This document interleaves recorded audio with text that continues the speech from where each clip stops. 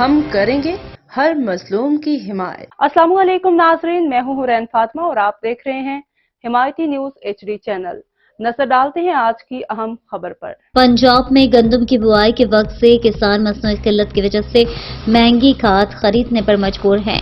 محکمہ زراعت اور ضلع انتظامیہ یوریا کی ذخیرہ اندوزی اور منافع خوری کرنے والوں کو لگام نہ ڈال سکی۔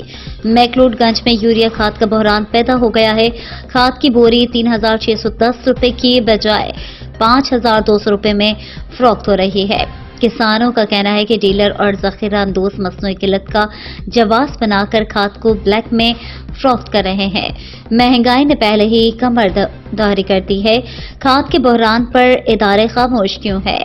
دوسری جانب نگران وزیر زراعت پنجاب نے کہا ہے کہ ڈیلرز اور ڈسٹریبیوٹرز جان بوجھ کر بدماشی کر رہے ہیں۔ جو ڈسٹریبیوٹر یوریا بلیک کرتا ہوا پکڑا گیا، اس کا لائسنس منسوخ ہوگا اور گرفتاری بھی ہوگی، جبکہ نگراں وزیر داخلہ سرفراز بگٹی نے اس بحران کو مصنوعی قرار دے دیا۔